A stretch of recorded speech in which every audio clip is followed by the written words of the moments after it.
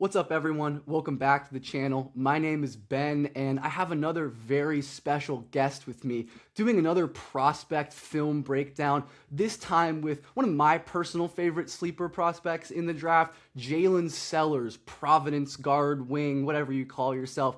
Jaylin, thank you so much for taking the time to come on the channel today. How you doing? How's the pre-draft process been treating you? Pre-draft been going good, just having fun with it, having fun with my personal workouts and also the workouts that I'm doing for the team and just enjoying the process and just enjoying, with my dream just unraveling in my face, and just continue to put my best foot forward and taking one day at a time and trusting God through this process. For sure. And when you're working out, your focus is shifting from in the season, doing whatever it takes to help your team win, right? To win the next game, to just do it, be the best teammate you can, to where now, honestly, for the first time in a long time, it's like just about you, right? It's just about your process and your journey. So, how has that been for you? Like shifting to that mindset, thinking about are you thinking about your future in a different way? Is it like feeling real now? It's not like a so real feeling right now, but it's just like for for a long time I get to just like I'm working hard, but as well as just enjoying the work. Obviously sometimes you can be so counteractive with like your focus and things like that that you miss the point of what's actually going on. So I'm just living in the moment, taking one moment at a time, taking one rep at a time, and trying to make sure that I can be sharp as possible. And like I said at first, just continuing to trust God, through this obstacle, through this journey and things of that sort, and just enjoying the moment. Absolutely. I can imagine it's a completely surreal moment, achieving something you've worked your whole life for, and definitely want to congratulate you for that from a blank state. But we're here to talk about your game, your strengths, your improvements, what teams are going to really be interested. And we always talk about how even, guys who are role players, second round picks, have elite traits, have special things to their game that, make them who they are. So, Jaylin, to you, what are your unique special traits that make you stand out and that will really have an NBA team hopefully coveting your services and help you impact the game and help your future team win basketball games? I would obviously say just my mindset, my mindset to play every rep, play every play, and also just being adjustable. I was an adjustable guy throughout college. When I first entered college, I was not a scoring guy on my team. I was a guy that came in and was a help to the other guys, and that was what got me on the floor was playing defense. And then the next year passes where I knock down shots and play defense, more of a 3D guy, what guys would call in the league, and things of that sort. But I would just say like, and it build from year to year. But I think that how adjustable I am, and also I'm a mature guy. A mature player. With knowing what I can and can't do, and knowing what my role is going to be in the league. I'm not like a delusional guy coming in and thinking that I'm about to take 100 shots or anything like that. No, I'm just trying to perfect my role. For sure. You're definitely not going to take 100 shots. But hey, that's probably for the best. But like you said, you changed your role throughout your career. I think that's always a good sign when players are able to do that. But this year at Providence, you played a lot of on the ball. You did a lot of primary creation. And I thought you did a commendable job of it. To me, what I like best about your game is your pick and roll scoring. And specifically the stuff that you can do breaking down defenders. Let's get to this first clip where St. John's, this was an impressive game for you for sure. St. John's is going to switch this action, and you're just going to break down Bryce Hopkins off the dribble. Beautiful double cross, finishing through Zuby Ejiofor, a very strong, athletic defender. So when defenses are switching against you, what's your comfort level against that? And what's your process when you're setting ball screens, maybe trying to run a pick and roll, but they're taking that away and just wanting to play you one-on-one? Obviously, we're going over the report and we know that Zuby Ejiofor is a great defender. He was defensive player of the year in the Big East, so I knew how good of a defender he was. So I wanted to get a switch on Bryce Hopkins, which is a decent defender, but he's not as great as a defender as Zuby Ejiofor. And obviously, I always knew that these guys was gonna want to force me right. So I hit him with a move, acting like I'm going left, and then stab him again, acting like I'm going left again. I knew I would able to get back to my right hand because that's where they want me to go. And then like this next movement is like I have Duncan cutting, doing our rules, drive right, move right, and he was a cutter. So now I'm just seeing Zuby Ejiofor, and I'm just trying to get up fast as I possibly can because obviously Zuby Ejiofor, he's athletic. So either I have to hit him with a shot fake, or I have to try to get up as fast as possible, where he's still on the ground. And I think that's how I got the bucket going there. Yeah, like you said, Zuby is a brick wall, one of the best defensive players in college basketball. So I found it particularly impressive that not only were you able to finish this shot, but you also moved Zuby backwards. And that to me displays some really impressive, core strength, your balance in midair. So do you feel like you've always been a strong player, or is that something you've had to like improve on and work at? Because I think there's a big difference between, being strong in the weight room, but being able to actually play strong and play physically, which definitely is something that you're able to do. I think I've always been like a physical player, but obviously, in the weight room, it helped a lot with me just building my strength and things of that sort, and obviously me coming off a year where I was injured. So just making sure that I'm focused on my core work and things of that. And also being able to manipulate the game, like I know Zuby is not his strongest going backwards. So I'm not trying to let him initiate the contact. I'm trying to initiate the contact to him because if he initiated contact to me and I'm playing on 1 foot, he can easily knock me off balance and it can easily turn into a terrible shot.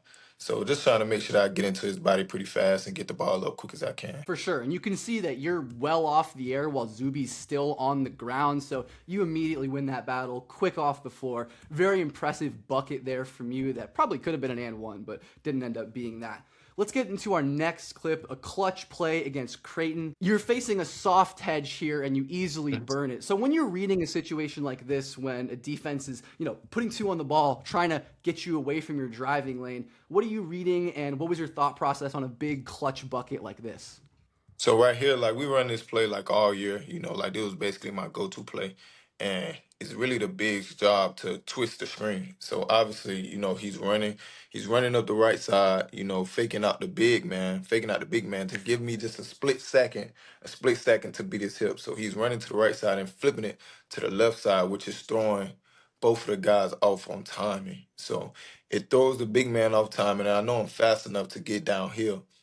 And if the man in the corner helps, easily kick out to him.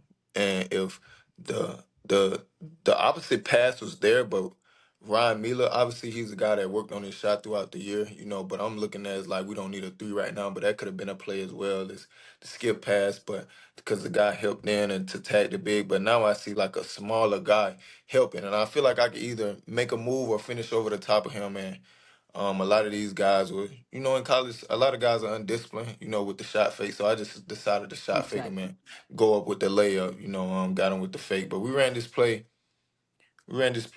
maybe 4 to 5 times in the second half, and I got a lot of different things out of it. Sometimes the big played in more of a deep drop, and I shot the three. So that which made them create and start coming up to try to get me off of the ball faster. Yeah, I think we have that play or a clip or two with a similar play later in the video. But like you said, you're reading, you're manipulating, you're seeing the positioning of the defense, and then you're hitting the gas. And this is a beautiful move to score. And the thing that I want to ask you about here is the deceleration aspect, because a lot of players are fast. But I don't think a lot of players are as good at going from slow to fast and fast to slow, which is something that I've seen you do quite a bit, like you do on this play, right? You're low to the ground in an athletic stance, running hard to the rim, and then you stop off 2 feet, slow your momentum, and use that to get a bucket. So what goes into being a good decelerator? It's something that I feel like, especially in the NBA over the last couple of years, like Luka, so many players play with that long, slow step, and it's something that you do pretty well. So what goes into kind of training that and being good at slowing down and playing under control? So coming into Providence, my coach Kim English was a person that helped me develop in this trade a lot. I was the type of guy that I always wanted to go over top of people or go through people, and he just like, you go watch Jalen Brunson and just look how easy he makes it look. And that was something that I wanted to do. I didn't want the game to look hard anymore. I wanted the game to look easy, smooth, unless I had to bring the aggression and things like that out. And it helped me be more versatile because now no one knows what I'm going to do. So many people is used to me going over the top. So now when I hit them with the shot fake, they thinking I'm going over the top. And also to slow this backside guy down, Jason Edwards, we had a great shooter, so you have to stop, and which threw his timing off as well. You have to stop and think about him because he was a great scorer as well. So it's like me just throwing his timing off. That's something that I worked on every day with my coach. Like we worked on that every single day. For just sure. being And that able to work play off definitely 2 feet shows. and things like that. Yeah, playing off 2 feet super important, and we're gonna see another good example of you playing off 2 feet in this next clip. Once again against St. John's, where they're pressuring you full court here, which obviously St. John's is an outlier in terms of how much they press. But Right. you're able to get to your left hand, finish off of 2 feet. So kind of continuing what you were just saying, what's the importance of finishing off of 2 feet and being under control and on balance at the rim?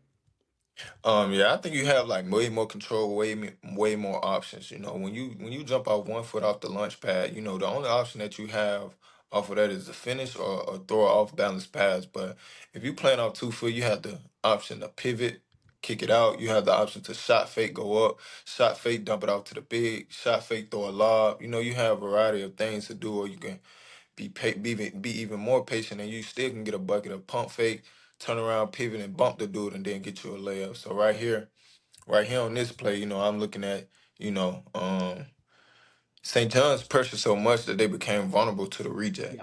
Yep. So when they became vulnerable to the reject, I'm left-handed, so now it's easier for me to set it up. When you see a screen for me going right and you trying to beat me over the screen going right, it's way easier for me to go down here left. And then I see another smaller defender down there. Now I'm like, I know I can go over to the top of him. He's not a guy that I have to get it up fast or anything like that, or he's not a guy that I have to shot fake. I feel like he was deep enough for me to try to go over the top of him. So that's what I did in this play. Yeah, the playing off of 2 feet, right, also just allows you to generate more power, be more on balance, under controlled, and yeah, honestly, a pretty good contest from number 31 here. But you were able to go through him, and I was gonna ask about that reject, so I'm glad you did, and especially against pressure, because this is something you're seeing more and more now in the NBA. You always see kind of college ideas trickle into the pros, and teams are picking up full court more and more the last couple years than they really ever have. So when you're playing against pressure, right, a guy's right on your hip, trying to stop you from even getting across half court, what's your thought process and mentality in these situations?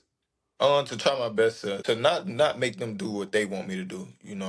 See right here, he's on my side, so I'm going left, and he does a good job of getting back in front of me. So now I just have to slow down, play at my own pace. So now I got him at my mercy. Now he's off balance. I lose the ball, so now he think he can get the ball, and now I can easily just get the ball and go back left.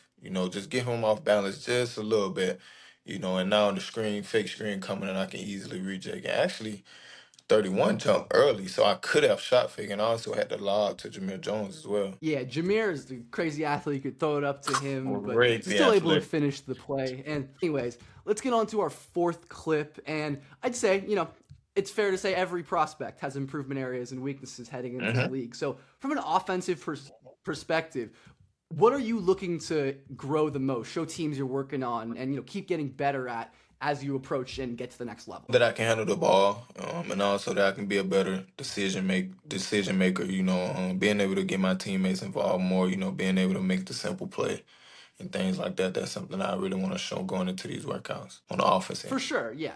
And it's easy when you're, asked to score and create a lot to kind of fall back into being a scorer. But on a play like this, early offense, we see St. John's pressing again, and you're going to do a great job shaking this defender, get an easy drive, but probably forced a shot in traffic, ended up getting blocked by Zuby. So on a play like this, early offense again, what are you seeing, and what do you think you maybe could have done better to just get a better result for your team on this possession? So right here, what I'm seeing, in the past few layups, you've seen me go over the top of dudes. So now I'm just like, okay, like now I'm getting more of repetitive of what I'm doing, and they picking up on it. He gives me a great contest. Obviously, I think what I could have done right here. We was an early offensive team, so like our team, early shots don't matter, but early bad shots does, and this one was a bad shot. So right here, I could have. This the one where I could have shot fake. I could have just shot fake, but right now I'm so tunnel vision that I'm not paying attention to Zuby coming. If I shot fake, I get all them in the air, and then I got Duncan Powell on the field, and I can hit him with the field back, or the lane can open up and I can make the shot, or Jason Edwards will sprint to the corner, and then I can hit him in the corner. So just now being smarter off playing on 2 foot, I think this was more of a rush 2 foot play. Obviously me in my mind, I'm still thinking the same thing. A guy that I feel like I'm way more athletic than, but I'm not noticing that these guys have got back, because I hit the hesitation and now I give them time to get back. Yeah, I beat my first man, but you have to worry about not only the second man, but when you got a great defender like Zubiedra, you got to worry about the third defender as well. That's a great shot blocker. So like if I hit him with the shot fake, I feel like both of them jumps, and then it's an easy lane for me to lay the ball up, or the field back for Duncan Powell, or the hit in the corner for Jason Edwards. Absolutely. And like you said, it's really challenging to obviously, first you got to beat the first defender, and you do a great job with that. But it's tough to read a bunch of moving defenders because it's not just, everyone standing still, right? Your team is moving, the defenders are moving, even in those early offense situations. And when you're kind of in this creator role, which I think, you're in the NBA, you might not run as many pick and rolls, but there's inevitably Hmm. going to be moments where you're forced to break down someone off the defense, make a Right. decision. So how do you go about balancing scoring and creating for others in these moments? Is there, just what's the process behind, deciding or feeling, I guess it's more feeling in the moment what your play is going to be? I mean, obviously, right now, it switches my mindset. Everything starts all over again. I'm not going in. I'm not being the guy. So now I have to be more calculated with my moves, with my steps and things like that. I have to make sure I be as efficient as possible. And some things that I may have gotten away with, at Providence, I'm not gonna be able to get away with in the league. Because I'm not the guy.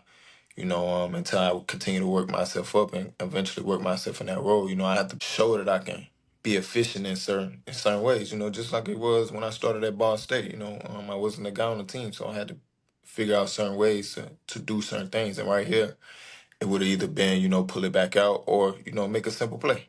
Right here was kind of a home run type of play when we really didn't need it. At this time, I For think sure, yeah. St. John's. I think we was on the way on a run. We had got a few steals, so adrenaline pumping and things like that, and you just trying to make a play. But in the league, you'd be more calmer and things of that sort because you're not in that role to make those type of plays. It's gonna be more of guys that setting you up, and if you get a bullet at the end, then you shoot it. So it's not gonna be much of you trying to boogie off the ball and things like that. So. Yeah, I think that's great. Play important to have that awareness of what your role is going to be, but of course, also good to have that talent on the ball that you have to fall Mhm. back on when you need it. And another Mhm. thing that's certainly going to help you in the league is your shooting. And we talked about this. I think this is the same play, right? That they ran for you, where this time they soft switch, leave you space, and you Mhm. pull from range. So the Mhm. deep 3 point shooting range, something you do pretty frequently, pull from well beyond the line. What's the value of that? Beyond just like obviously it's nice to be able to shoot from deep. How does that kind of open up your game, and especially on a play like this, what leads you to see this coverage and pull the three and obviously make it?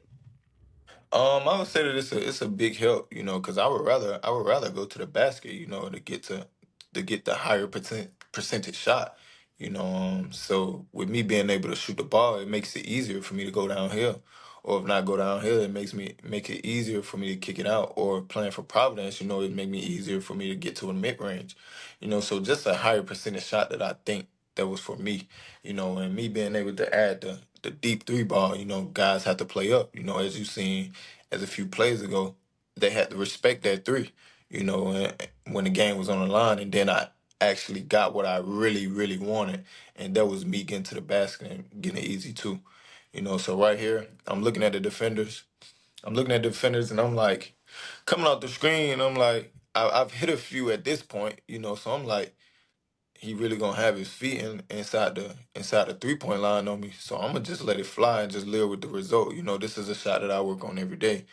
Coming out the ball screen and coming out the pop, something that I train with over the summer. Just being able to shoot the three off the dribble. That wasn't something that I was good at in my previous years. I was more of a catch and shoot guy, shot fake, sidestep type of guy. But this year I turned into a guy that was more on the ball, so I had to learn how to shoot the ball off the dribble. So now I just see him backing up. He's like 6'7", so I know he's not 6'10", 6'9", and got a long wingspan to where you can get a good contest on it. So I just pulled it from deep, and I feel like if I would have took one more step closer, he probably could have got a better contest. So I just shot it where I felt like I was open at. For sure, and you definitely were open. I was gonna ask you about the on ball versus off ball shooting, so I'm glad you brought that up. And that's good to know that you feel like you're kind of new to the pull up shooting world, or at least in this kind of way. So Mhm. what are the main differences to you between being a great shooter off the catch and being a great shooter off the dribble? Since there are plenty of examples of players who are good at one thing and bad at the other thing, right? I think the difference is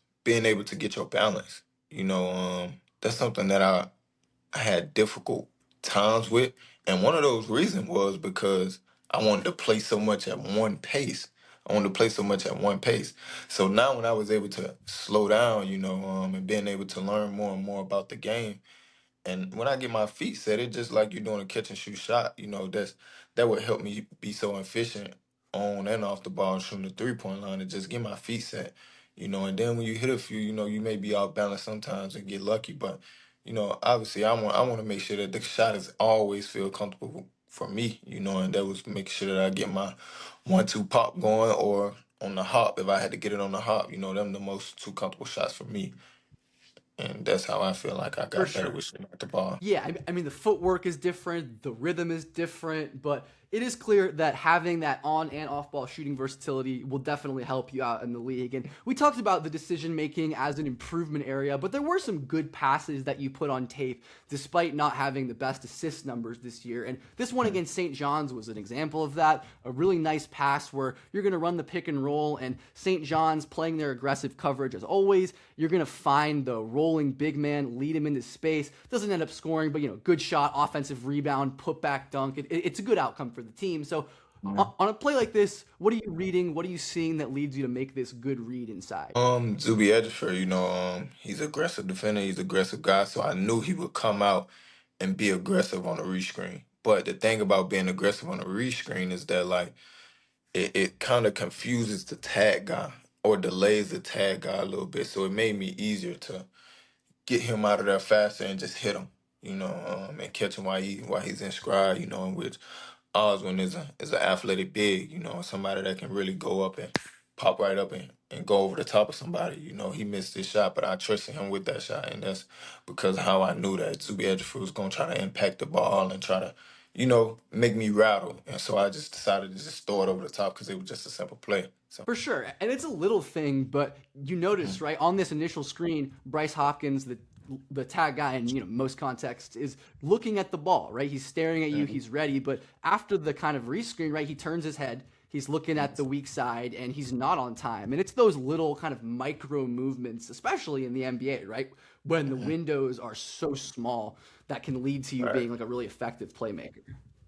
Let's get to this next clip. Another nice pass, and like you said, a lot of early offense for you at Providence. I love this jump pass to the interior. So when you're in early offense specifically, since like you said, it's a lot of, going to get shots, trying to, up your possession count, very popular strategy in basketball right now. How do you make, balance being aggressive downhill, but also making great decisions? Like this was an awesome pass where you got the defender off his feet and laid it down to your teammate for a beautiful poster dunk. hmm So it's the thing about, like again, just being able to play at different speeds. So right now, the old me would have just tried to go over top of them of Najee Harris. The old me would have. But right here, I think I hit a few shots before this moment. I think I hit like a three in a layup before this moment, and now, I want my teammates to feel that joy as well. Like I don't want to be one of those guys that's feel like a selfish guy. It's two people on me, so let's just get off the ball. And I just at first I was going to shot fake Najee, but he came far out, and I didn't want to give time of number two to give time for him to get back to the big after I shot fake. So I decided to jump and confuse both and just dump it off to the big man, and for a finish with Cole Hargrove as an athletic guy. So I trust him in that For situation. sure. It's a great play. It's a great play, and the jump pass to me is also interesting since traditional coaching wisdom might say don't pass once you leave 2 feet, but so many of the best players in the league now are jump passing, right? They are actually doing that. They are frequently doing that. So, what's the value of the jump pass here in just being a better and more effective playmaker for your teammates? For a guy like me, I decided to do this jump pass, just to throw Najee Harris off balance.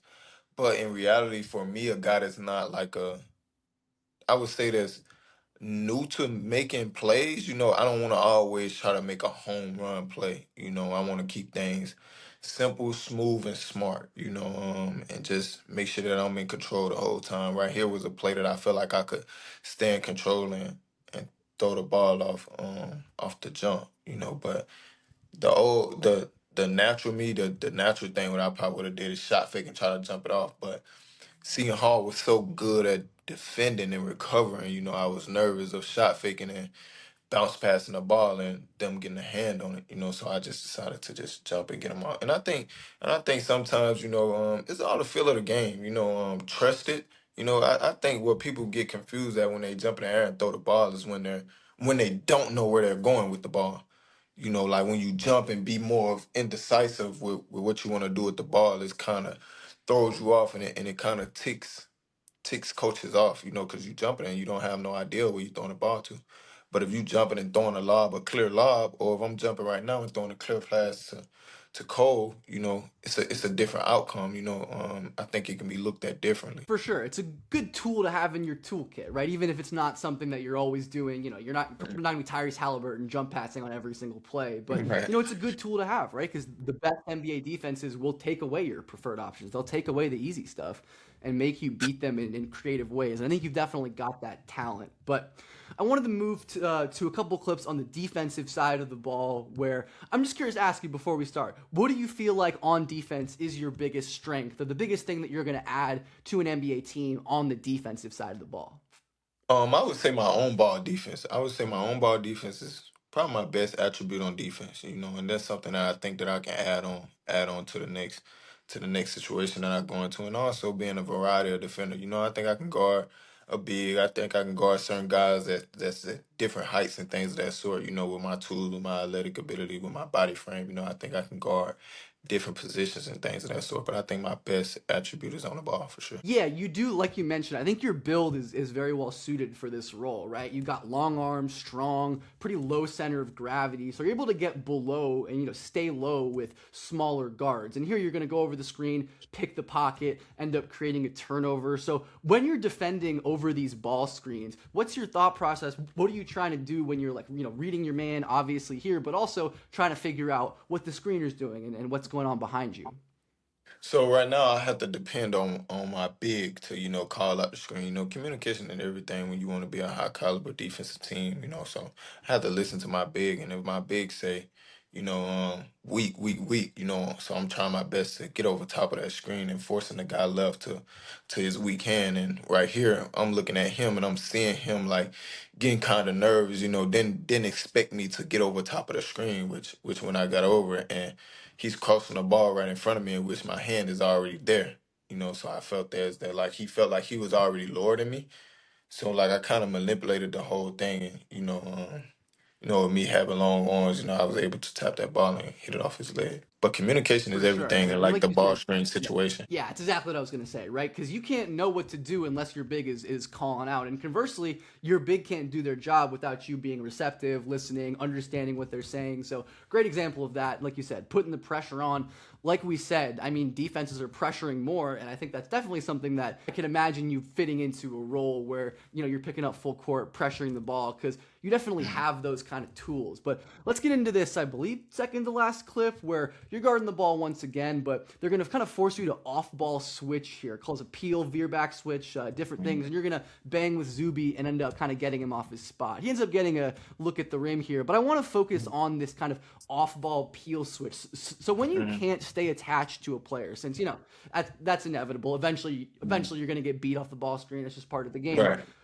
How do you get into this position when you're recovering back, and how do you know when to chase back over versus when to peel or when to kind of try to reset the play?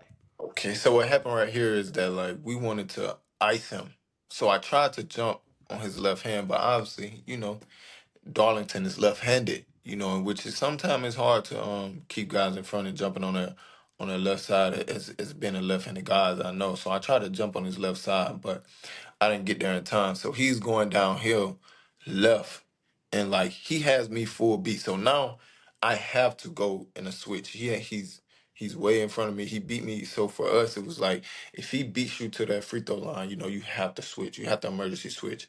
And right here on this play, our communication got wrong. So why I didn't stand Zuby Edgeworth up was because the moment I went into the bump, Oswin told me to get back, get back, get back. So when by the time I got back, it looks like he's bumping me, but I was finna initiate the contact and I wanted to let go and get back to Darlington because at this time Darlington was hot. Like I think he was shooting like 45% at the three at this time when we played those guys, or the game before he hit a few threes the game before, so we had to have a high alert on him. So I wanted to get back to Darlington quick, but that lane opened up for Zuby Ejiofor, and he's a good player, he manipulated our Yeah, he's defense, a great player. manipulated our miscommunication between me and Oswin, not being on the same page, which caused Oswin to get a foul, which I think we should have did was letting Ryan Mila play too and letting Oswin kind of let me set Zuby Ejiofor up for him to shoot the ball, for him to get a block, but we didn't do that. And I tried to run back out to Darlington and it opened up the lane for him. For sure. I really appreciate that insight because I try to tell people all the time in these film breakdowns, right, that defense is so much more complicated than the average fan thinks, right? It's not just, you guard your man and you follow him around, right? It's things like micro decisions and, multiple times communicating. Like, I think this first, there's multiple kind of sequences in this play. Like, you communicate really well on the initial peel, but then that, second communication kind of lapses. So beyond just like, listening and, being like aware, what goes into actually being a good communicator? Because that's something that everyone says, oh, you got to communicate. But like, what does it actually mean to you? How do you be an effective communicator and, I guess listener as well on the defensive end? Also, projecting yourself is a main thing. Making sure that I'm able to hear you. We're playing in crowds like this. We playing in Madison Square Garden, sold out crowd. So making sure that I can hear you, and the moment that I hear you, is making sure that you see me going back. Like if you say it, I have to do it. No matter what situation I'm in, I can be in the right situation, but since you told me to do this, as a teammate, I have to go back to my man. And if we have a mishap, that's something that we talk about in the next time out. Like because after this play, I'm telling him like, just let me stay and let you get the shot block. You go and get the shot block. Right here, I think Zuby Ejiofor is obviously a strong guy. I'm not trying to just keep him out of the paint, but if I stand him up one time and get him to take a shot, you can get a easily shot block. Or if you're gonna tell me to get back, make sure you get back in front of the ball. So like that's things that a lot of things that we go back and forth with, and right here we just had a little mishaps right here. Yeah, I mean, it's a lot of trust, right? Just What's trusting that? your teammates and trusting that being communicative in the long term is really effective. But let's get to this last clip right here where it talks about the physicality, your ability to defend multiple positions, and another play against Bryce Hopkins, taller defender. They're trying to enter into the post, but you're just going to stand him up. They end up skipping the ball out. So when you inevitably get switched on to bigger players, what's your mentality and how are you able to hold up and deny like good position and advantages? To make sure that I'm not a targeted guy, that's just my mentality. Like I don't want to be a targeted guy. Like I feel like sometimes when somebody take you to the post, it kind of like disrespectful. It's kind of like a disrespectful move. They just feel like they can test your manhood, and I'm a fight. Rather that's me getting a foul call or me hitting the ball, me trying to keep you out the lane. Like I'm going to fight. Or me trying to get a charge call, and right here, it was one of our principles as they bring the contact to you, you meet them with it. And that's just was my mentality of not letting somebody bury me. I got buried the first game, but just trying to just stand there and just stand there. And after that, I made it my duty to not let nobody get an easy bucket on me in the post. And I can say that on this play that was my mentality. Just making sure that he don't get an easy bucket, and also like it's the last 4 minutes. I'm fighting for my life. They're up one.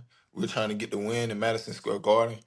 It's winning time. So I just made sure that I just do my job and try to keep him out of the paint. Which would have got that finish efficiently around the basket and also strong and athletic big in the post. For sure. It's important to have just that kind of FU mentality, right? Because you're going to get scored over in the post eventually. Like you're going to get Yeah. switched on to Jokic and he's going to hit a hook shot. There's nothing you or Mhm. anybody else can do about that. Mentality is very important and that physicality is going to be key. But that is all I have on the film. This was a super great, insightful look at your game, Jaylin. But before we head out, I like to ask all the players this. And you all know your team better than anyone. You're spending all day in practice, meetings, outside of practice, bonding, building team chemistry. So who is a player from your Providence team this last year who isn't getting enough love from an NBA draft standpoint, who maybe I'm not thinking about enough, and who should be on people's radars, and who might be sitting in your chair with me next year. That, not necessarily because, with NIL and transfers, everyone's always moving, but guys who you played with this past year at Providence. Anyone who you think I should be watching out for more than I already am. So I'm gonna say a few of our young guys. Obviously I'm gonna go with Jameer Jones. I think that he's a guy that doesn't get a lot of credit for the things that he had done. Not just past high school time or anything like that, are the things that he done this past year. And how big of an impact he was for us. And I think he's going to be one of the best players in college basketball next year, and one of the most exciting players to watch next year. Me and him was a guy that woke up every morning at 6 o'clock in the morning just to go get shots up together. So I think that that's a guy that's not getting enough credit, that's not getting enough love or notoriety, and I think he will be sitting in this same chair next year, preparing for the draft. As well as, Stephen Vox, another guy, was a exciting player for us, had ups and downs season, was kind of thrown out there in the fire, but he adjusted well, and I think he got a great situation going on at Illinois, and I think he's another guy that's going to be sitting in this chair, and can be possibly, a draft pick as well as him and Jameer Jones, and also Oz on the room say is another one that I like as well, athletic big, a guy that can run the floor, a guy that can go up and block many shots. Also a guy that can, catch the lob as well. And also a guy like Ryan Miller, a underrated guy, a savvy dude, the guy that play with swag. I think that he's a guy that's going to shock a lot of people at Providence again as he did this past year. So that's just a few guys off the top of my head. For sure. And as a Mizzou alum, the Jameer Jones thing, music to my ears. I am extremely excited to watch him play for my favorite team. And Vox, like you said, was pretty awesome this year. I didn't know much about him before this year. And like you said, he had some growing pains, I think, natural when you're coming over, overseas and adapting to the college game. But man, is he talented. He's got some he definitely watches Luca because he's got some of that. He's got some of those crossovers, some of the no look passes, crazy. Yeah, he deadly for sure. And I'm Absolutely. excited. I'm excited for those young guys, and personally, especially for Jameer Jones. That was like a little brother to me, and I feel like he's gonna be a guy that's gonna do it next year, and I'm excited for him. I am very excited for that as well. But for now, the attention is on you, Jaylin Sellers, as you prepare for the 2026 NBA draft to hear your name called or, make an impact wherever you end up going. So any last words you want to say to the people watching before we head off on your game, on your thoughts, and anything you'd like. I just want to say, no matter what no one is going through, I always keep God first, and continue to follow His path that He have for you, and continue to pour your energy into Him, and just watch everything unfold in front of your eyes. That's something that's been very important to me, throughout my journey, through all the things that I've been through throughout my life, and just keeping trusting God, keeping Him first, and continue to pour my emotions into Him, my angry emotion, my sad emotion, my happy emotion into Him, and just let Him give it back to me tenfold, and just continue to trust His path. Well, that was an excellent interview, Jaylin. Thank you so much for your time. And he's one to watch for everyone. And one of your favorite teams is going to be happy to land Sellers at some point in the draft or after the draft. But thank you so much, everyone, for watching. Make sure to like, comment, and subscribe to the channel for more videos like this and more NBA draft stuff in general. And have a nice day or night whenever you're watching this. We will see you all next time.